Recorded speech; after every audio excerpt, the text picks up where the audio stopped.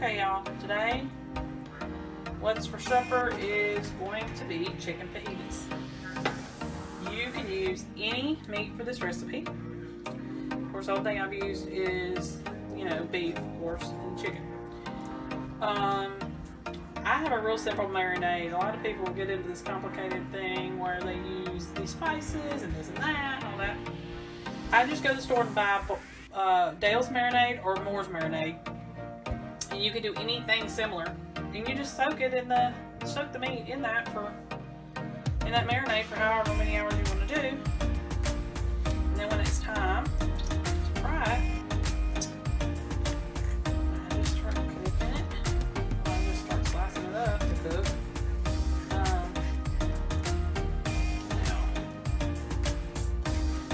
I just go ahead and cut it into bite-sized pieces about like that. Ready to go. We don't like really, really huge slices. So I just slice it and then I cut it again. And this is chicken breast, so it's not going to take long. I did a whole big pack of chicken breast. I think it's like 5 pounds or close to it. And I let these soak for about 5 hours. That's all you do. Usually what I do when I'm done with this is I save some of my marinade for my vegetables.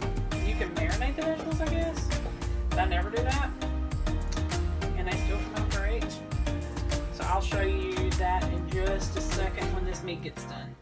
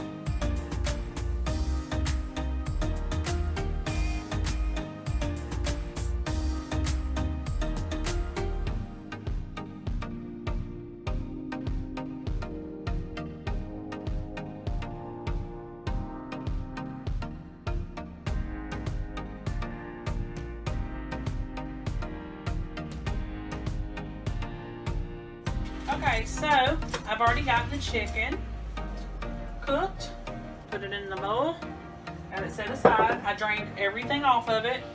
Any kind of liquid that was in the pan, I drained all that off. So, what I got here is bell peppers and onions. The onions are fresh, the bell peppers are frozen, because those come from our garden. I just, I just used what I had in the freezer. So what we did was we dumped out the liquid from the chicken, all the liquid. You don't have to do that, that's just what I did.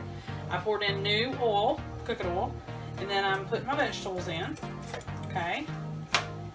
And I'm gonna